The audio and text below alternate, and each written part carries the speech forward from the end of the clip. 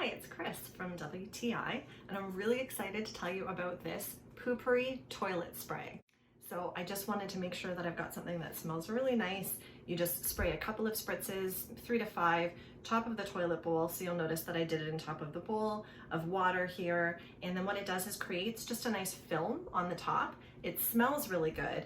And then that way, when you have to use the washroom, anything stinky goes beneath the surface and you've got just the nice smelling film on the top. So it's really perfect. But for me, what did it was the size. So it came in a pack of 5, great value for the money. And especially because I can give one to each member of the family.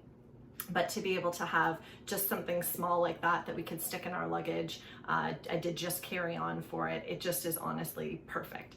You can see it's a nice little size. It's pretty discreetly sitting on the shelf. So I really like that because whether you've got one or even a couple of them, it's pretty indiscriminate. And that's my point of view.